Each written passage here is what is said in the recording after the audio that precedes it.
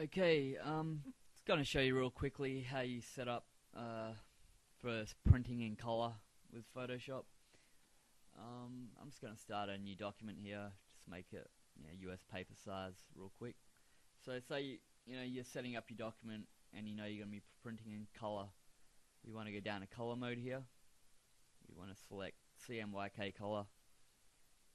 We're going to go to color profile,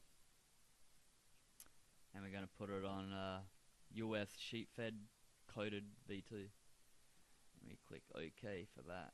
And we have our document. Do whatever you want. If you've got a photo, or if you want to draw around, get creative, chuck a couple of different colors in here.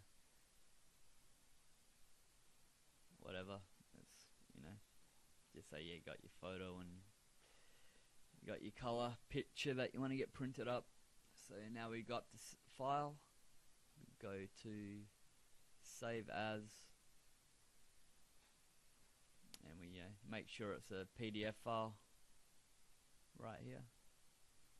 And you'd save it. Use proof setup, work in CMYK, and save. And you should basically have your file should be all ready to be printed properly in full color. So that's how we print and set up color copies in Photoshop.